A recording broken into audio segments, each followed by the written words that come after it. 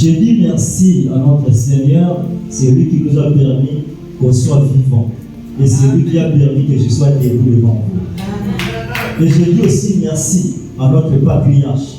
C'est parce que c'est lui qui est notre Père, avec la maman, notre mère qui vient nous présenter ici. C'est eux aussi, ils ont permis qu'on soit debout. Je dis merci à tous les diacres. Je dis merci à toutes les mamans et à tous les papas. Je dis merci à toutes les sœurs et à tous les frères parce que vous êtes là. Vous nous avez donné encore confiance de se mettre debout devant vous. Alléluia.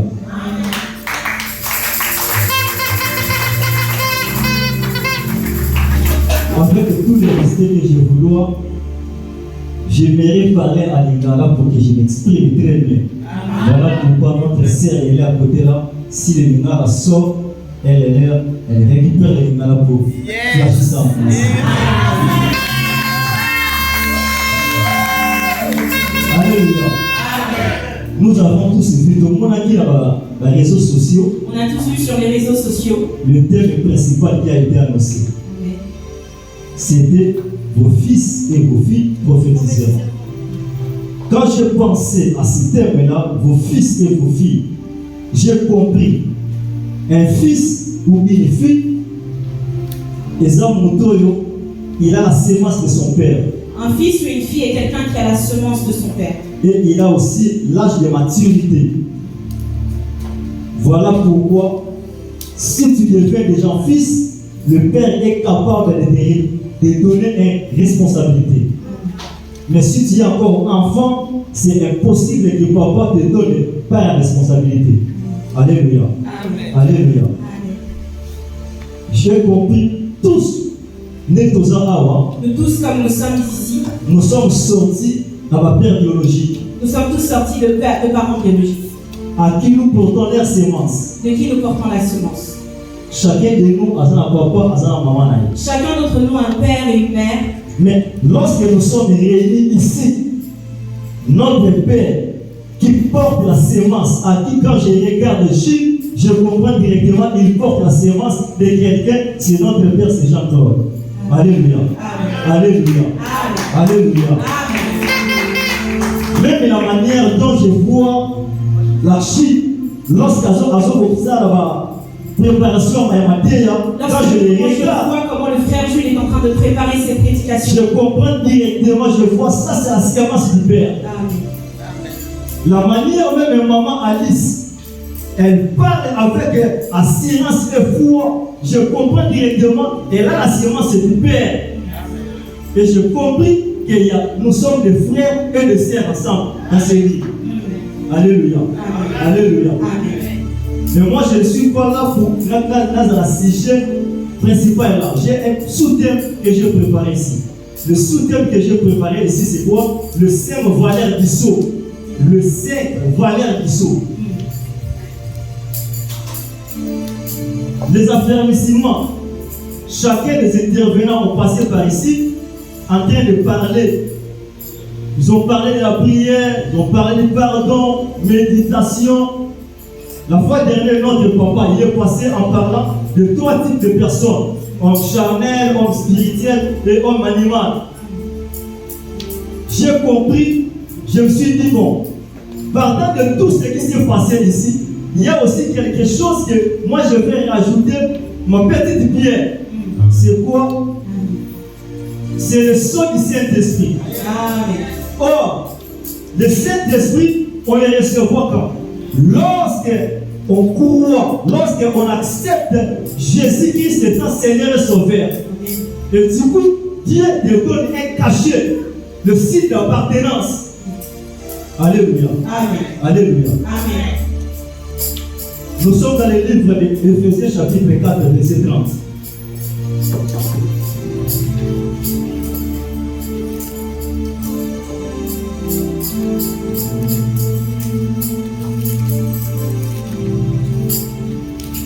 C'est lui qui a appris ça, il peut nous dire.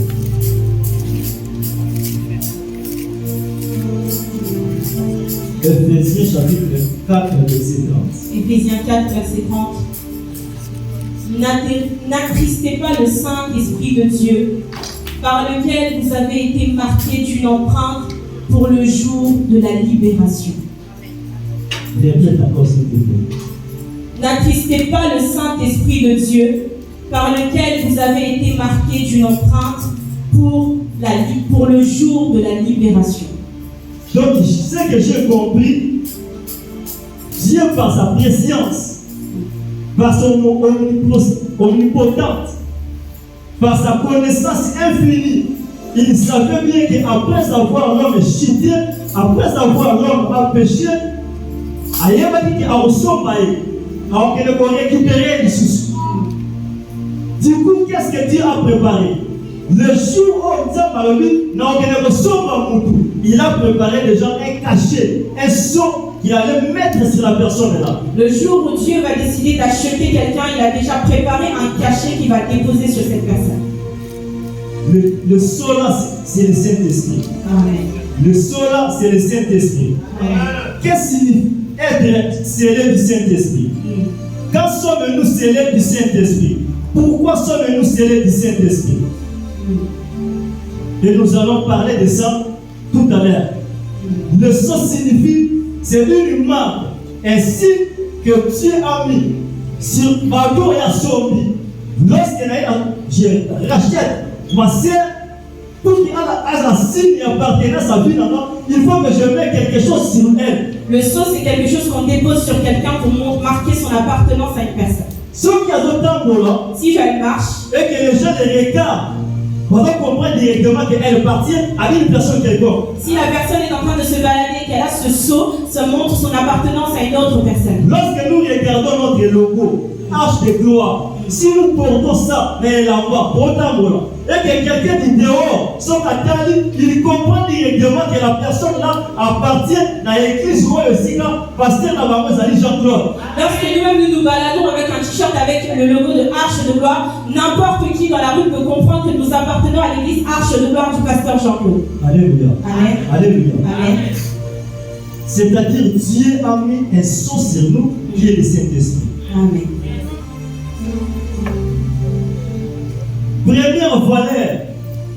Première valeur, il y a sceau. C'est quoi? C'est l'appartenance comme on vient de dire là tout à l'heure.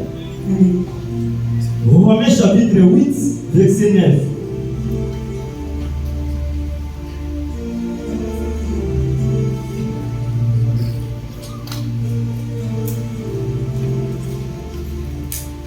Romains chapitre 8, verset 9, nous lisons au nom de Jésus. Amen. Amen. Quant à vous, vous n'êtes pas animés par votre nature propre, mais par l'Esprit. Si du moins l'Esprit de Dieu habite en vous, si quelqu'un n'a pas l'Esprit de Christ, il ne lui appartient pas. Répète la dernière fois, la sous-marin. Si quelqu'un n'a pas l'Esprit de Christ, il ne lui appartient pas. Si en toi, Dieu regarde ou l'homme regarde, en toi il n'y a pas l'Esprit de Dieu, c'est-à-dire que tu n'appartiens pas à Dieu. Amen. Avant d'appartenir à Dieu, il faut que tu aies ce son-là qui est le Saint-Esprit. Amen. Alléluia. Amen. Alléluia. Amen. Avant d'appartenir à Dieu, avant que tu sois à Dieu, il faut que tu aies le Saint-Esprit à l'intérieur de toi. Le Saint-Esprit, on le reçoit, on l'a dit tout à l'heure, en acceptant Jésus-Christ comme Seigneur et Sauveur. Le Saint-Esprit, on le reçoit en acceptant Jésus-Christ comme Seigneur et Ce Sauveur. n'est pas en quittant la maison pour venir ici à l'église. Amen. Ce n'est pas en changeant l'accoutrement. Même si tu quittes la maison pour venir ici, tu fais bien. On s'allie bien. Il y a d'autres personnes aussi qui fréquentaient le bar. Il y a d'autres personnes aussi qui fréquentaient ma porte de nuit. Ils sont laissés. Mais cela ne le fait pas partir. Il y a vraiment l'ensemble. Il y a beaucoup de gens qui ont quitté le monde, mais cela ne veut pas dire qu'ils appartiennent à Dieu en venant à l'église. L'appartenance dans la famille ensemble, il faut que tu sois scellé par le Saint-Esprit. Pour appartenir à la famille de Christ, il faut que tu sois scellé par le Saint-Esprit. Lorsque je regarde Jésus, je vois le Saint-Esprit en lui, je comprends directement, lui là, il appartient à Dieu. Amen. Lorsque je regarde, je vois maman Marceline avec le Saint-Esprit, je dis directement, et elle appartient à Dieu. Mais la condition, c'est parce que le Saint-Esprit n'est pas visible. Si le Saint-Esprit était visible, on allait comprendre. Cette dame appartient à Dieu. Cette femme appartient à Dieu. Cet homme-là appartient appartient à Dieu. Alléluia. Amen. Alléluia. Amen. Si du moins que tu as l'esprit de Christ en toi, il est temps pour toi qui n'a pas encore reçu le Saint-Esprit. Il est temps pour toi qui n'a pas encore accepté Jésus. Pour que tu appartiennes à Dieu, il faut que tu crois dans le Seigneur Jésus. Amen. Amen. Alléluia. Amen. Alléluia. Amen. C'est l'appartenance. La première valeur. Deuxième valeur, il y a ça. C'est quoi? Ça marque l'authenticité. Ça marque l'originalité. C'est-à-dire quand tu as le Saint-Esprit, tu es un enfant de Dieu original. Amen. Tu es un enfant de Dieu original. J'ai peur quand je vois certaines personnes être orgueilleuses. En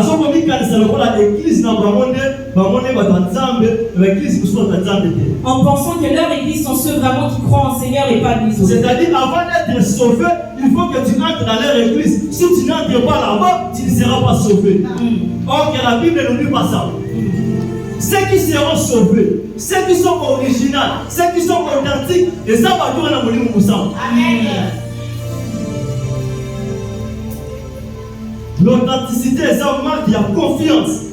L'authenticité est une marque de confiance. Alléluia. Amen. Je n'ai pas beaucoup de temps, il faut que je sorte. Regardez ceux qui font le mal.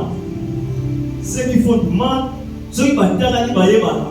Les personnes qui font le mal, lorsqu'ils se regardent, ils se connaissent. Même les sorciers, lorsqu'ils regardent, c'est parce qu'ils ont l'air si de leur marque. Même une personne qui atteint de sorcellerie, quand elle se confesse, alors elle voit sa marque. Même les occultistes. Au monde, il y a si moko, Jeannette moko, ceux qui ne connaissent pas la vie de Wana sa formation. Même entre les occultistes, ils ont des signes distinctifs. C'est parce que ils se reconnaissent parce qu'ils ont des signes d'appartenance en eux. Le nôtre, c'est le Saint-Esprit. Amen. Le nôtre, c'est le Saint-Esprit.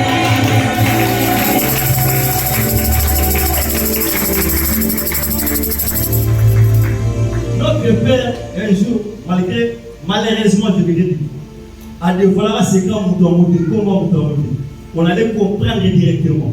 Qu'est-ce qu'il avait dit? Une fois lorsqu'il commence à prier, moi, ma famille n'a pas mot, à Tali a eu ce un jour, notre Père nous a témoigné sans dévoiler le nom de la personne et quelqu'un a distingué lui a dit qu'il avait quelque chose en lui. Lorsque le Père parlait, moi j'avais vite compris. Et que la personne est là qui l'avait vu, la carte à papa c'était que le Saint-Esprit. Que lui n'avait pas ça. Et j'ai compris que lorsque le pasteur était en train de parler de cette personne avait vu en lui le Saint-Esprit. Alléluia. Amen. Alléluia. Amen. C'est le Saint-Esprit qui fait la différence entre toi, entre les autres, entre moi et ceux qui ne sont pas des nombres. Amen. Il y a un prophète qui parlait, vous pouvez prendre 3 sortes de poussins, vous les mettez ensemble. Poussin à Soso, poussin à Libatanga, poussin à Aigle. Donc, on peut prendre 3 poussins différents de poulet, d'un canard et un poussin d'aigle. Mais les 3 ont grandi. Quand ils sont petits, ils ne vont pas se connaître, mais en grandissant, ils vont commencer à se différencier. Mais donc, quand ils grandiront, la différence, c'est la différence entre eux va commencer à se voir. Un aigle, quand il pleure, ceux qui étaient poussés d'aigle, on comprend que le son, lorsque la maman aigle va entendre le poussin pleurer, elle va reconnaître que c'est son enfant. Alléluia. Amen. Alléluia. Amen. C'est de la même manière, nous aussi, on pouvait être ici au fond de nous pouvions tous être ici ensemble. Mais l'écho, Dieu va décider. Il va prendre toujours original. Et lorsque Dieu va venir choisir, il choisira les originaux. Ceux qui sont authentiques. Que personne ne méprise vie chrétienne. Amen. Que personne ne méprise ta vie chrétienne. J'ai une bonne nouvelle que je vais. J'ai une bonne nouvelle à t'annoncer. C'est quoi cette bonne nouvelle? C'est quoi cette bonne nouvelle? Selon ta vie, on vous a dit de débrouiller. Si quelqu'un te dit que tu n'es pas de Dieu, refuse-le. Aussi longtemps que toi, tu sais que tu as donné ton cœur à Seigneur, Amen. il faut comme ça qu'il y ait une grappe qui appartient à Dieu. Si quelqu'un vient